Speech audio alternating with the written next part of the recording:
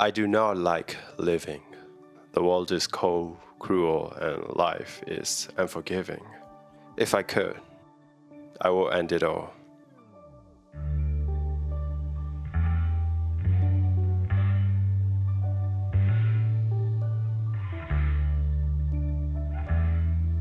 I'm not really a fan of life. Living is suffering. Every day is a challenge, pushing the border. But why? Why do I think this way?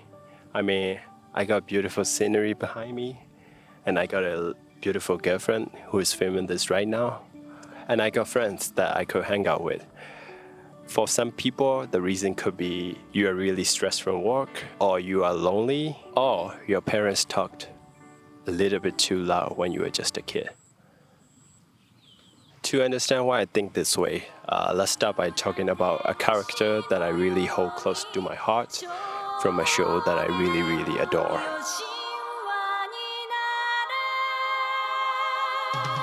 Genesis Evangelion is a show that is trying to say a lot of things, but the way I see it, it is essentially about the flaws of being an individual human, and the only hope and solution is to go gay? The year is 2015, and the world is in an altered state where it is summer all year long because of a cataclysmic event that happened 15 years ago. The humanity is suddenly being attacked by these extraterrestrial beings, and since they mostly just come from the sky, they are biblically named Stoda.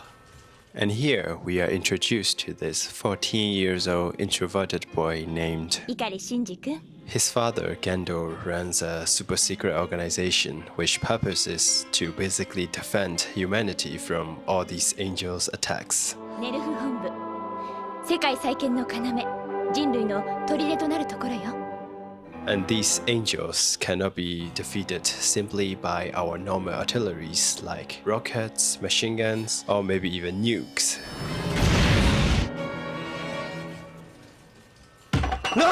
Because they have a special type of shield. And here comes the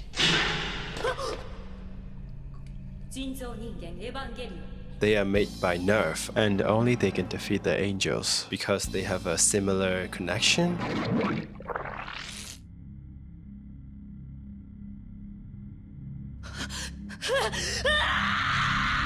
On the day of the first angel attack, Shinji was summoned by his father to pilot the EVA Unit 1, despite having no prior training whatsoever. Oh, and his father has abandoned Shinji all his life prior to this day. So of course, at first Shinji was really weirded out by his father and felt very anxious. But he wants to be seen and validated by his father so much that he finally gets into the EVA and saves the day.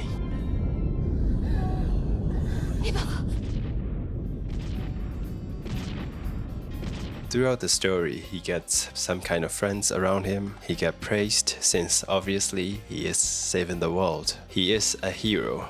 Because of that, he feels a sense of belonging.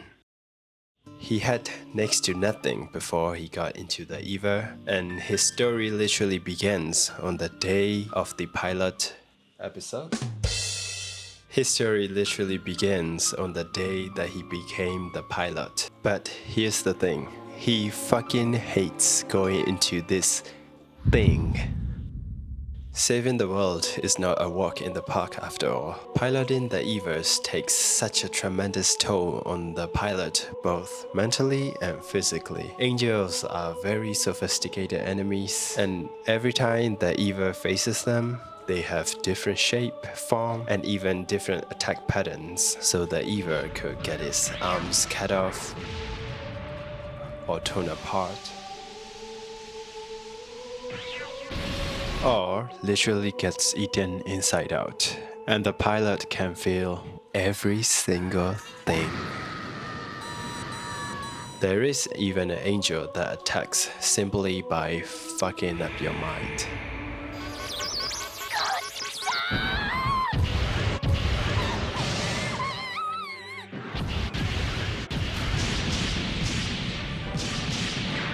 And there is another time when Shinji's friend turns into an angel and he has to kill him by himself. Think about the mental trauma this 14 years old boy has to go through.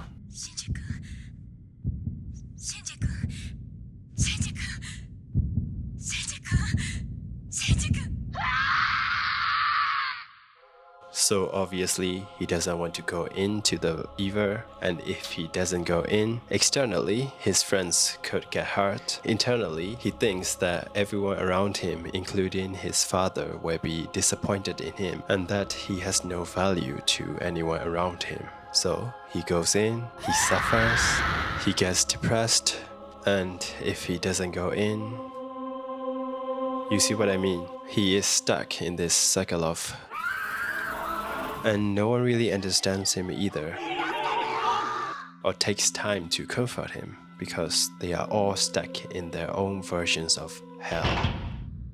After all, living is suffering.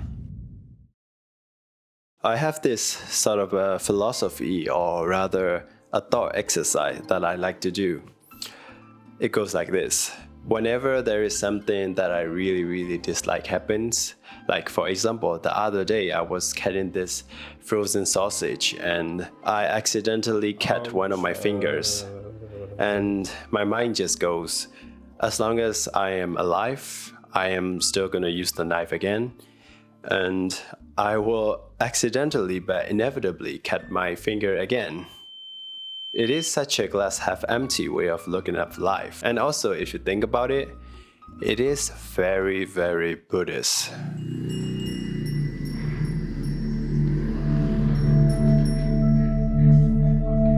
I was born and raised as a Buddhist, but as I grew up and started thinking on my own, I stopped being religious, but fundamentally, I'm still a Buddhist. So in this video, I want to talk a little bit about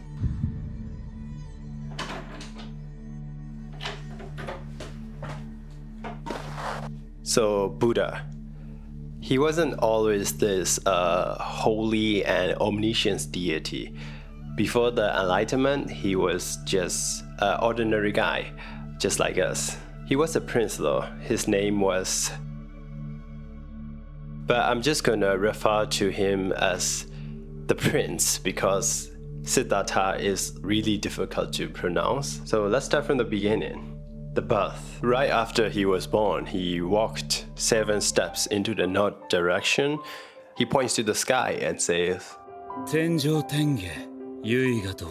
shamelessly copying from Gojo Satoru, who says it about 2,500 years later.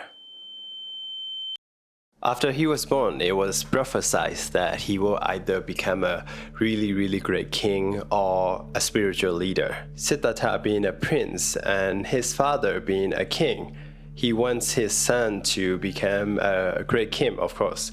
So he hid the prince away from anything that might be distressing, hiding him away from any bits of pain and suffering, fearing that it will lead the prince towards a spiritual path. So the prince lived and grew up in a luxurious place, protected by the walls of the palace. He lived that way for a long time. He even got married and had a son. And at the age of 29, he runs into the 4 signs that will change his life forever. First one, the old. Just imagine the luxury of a life where you have never seen an old person for 29 years. That's crazy, right? When he sees the old person, he's like disgusted and maybe even confused, like, what is this thing? And after learning that everybody is gonna get old, including himself, and then he thinks to himself, like, why should I feel disgusted when I myself is gonna grow old as well? And then he doesn't really feel happy being young anymore because he's not safe from getting old, right? The second one, the sick. Same thing. When he sees a sick person, he feels disgusted and confused. After learning that everybody gets sick, including himself, he thinks to himself again, Why should I feel disgusted when I could get sick as well? And then he doesn't really feel happy being healthy anymore. And the third sign, the death, is the same thing again. He feels disgusted, confused, and after learning that he is also gonna die one day, and then he is not being happy alive anymore. And this makes him on edge and almost on the spiritual path that his father, the king, has feared. And the fourth one, the ascetic or holy man. When he sees the holy man, he thinks, this wise man is at peace with the world even though he has no possession. This man is happy even though he is surrounded by all the pain and suffering around him. And then he learned what the man is trying to do and trying to achieve. After seeing all of the four signs, he realized that he's been lying to his whole life. All the pleasure and luxuries in his life is just an illusion to hide away the true reality of pain and suffering. After realizing, he decides to let go of everything, his possession, his title as a prince, even his family. He must go find the truth. My point is, even this prince with all his riches and possession give everything away and become the centerpiece of a religion that is all about realizing the true suffering of life and how to escape it. Remember the cycle of hell? In Buddhism, we actually do have a term for it. It's called, you may be the richest person in the world, you may be in hell, you may be very happy in heaven. As long as you are stuck in samsara, you are still suffering. To escape samsara is to stop existing.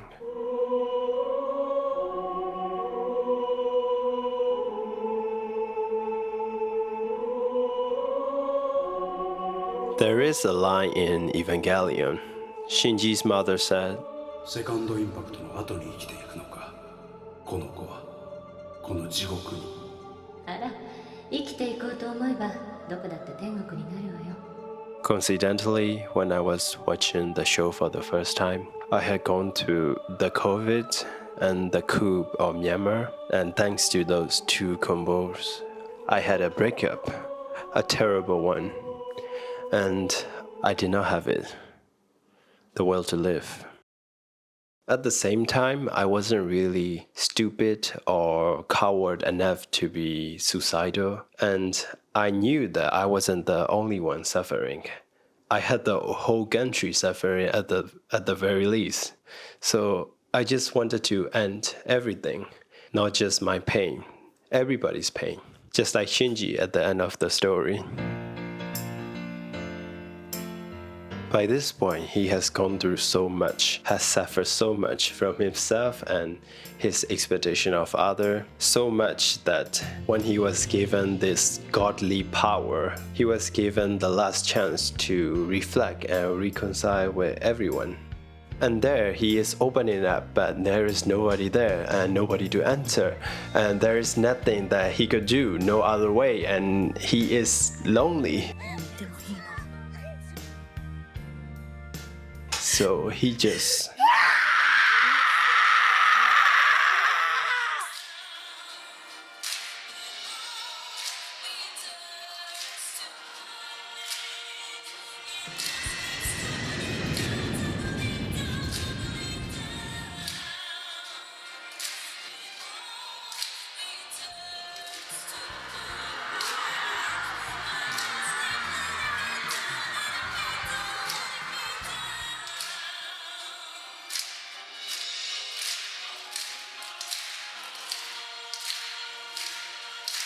It is undoubtedly an apocalypse, the end of life and humanity as we know it.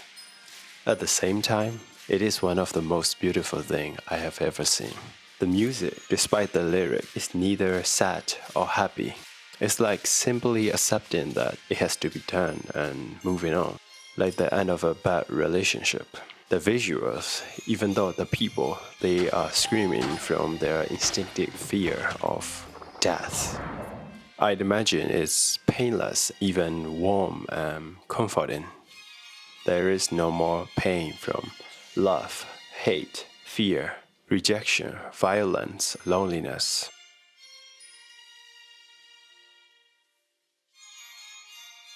Everybody just becomes one in this sea of life.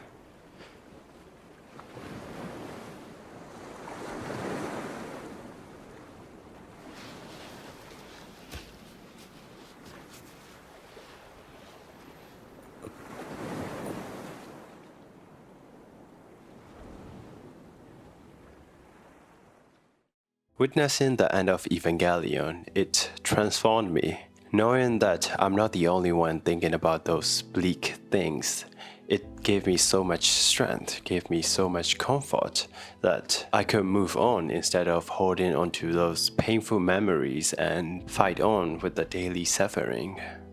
Navigate my way through the samsara. I hope this video will have similar effect on you too. Some more years later, I grew up, of course, moved to a different country and be on my own. And guess what? I am finally mentally healthy, I think. That's something I've been chasing for most of my life. Does that mean that I am always happy? Hell no. I'm still suffering almost every day and still stuck in samsara, In fact, since I have achieved something that I have been chasing for most of my life, it feels kind of empty. I used to see my mental state as a drive to work hard and push on, anything to numb the pain, And now that I don't have it anymore, I am in this weird situation, but that's okay. It can be my next chapter. At least I am lucky to have enough time to worry about what is going on inside my head instead of having to fight for my life. I know that there are people out there that are going through much worse situation than me. Compared to before, I don't feel so bitter about life anymore, but if you ask me, I still do not like living. And the world is still cold, cruel, and life is unforgiving. If I could, in a painlessly beautiful way, I will end all the pain.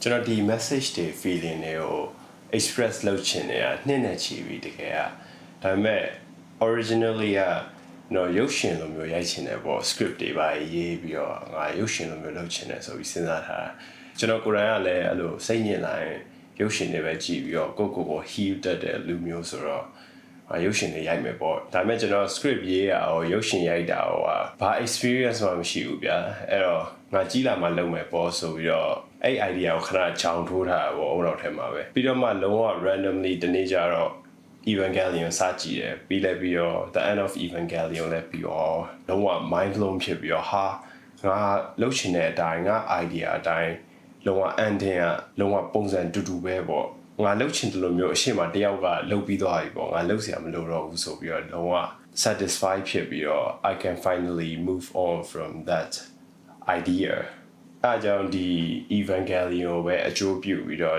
ရဲ့ original ရှိခဲ့တဲ့ idea တွေmessage တွေကိုနည်းနည်းလေးထပ် add on လုပ်ပြီးတော့ဒီ video လုပ်ထားတာပေါ့နော်နောက်ဆုံးအနေနဲ့ Shinji Ikari ရဲ့အမေ Yui Ikari ရဲ့ quote နဲ့ပဲဒီ video ကိုအဆုံးသတ်လိုက်ပါမယ်生きていこうとさえ思えばどこだって天国になるわだって生きているんですもの幸せになるチャンスはどこにでもあるわ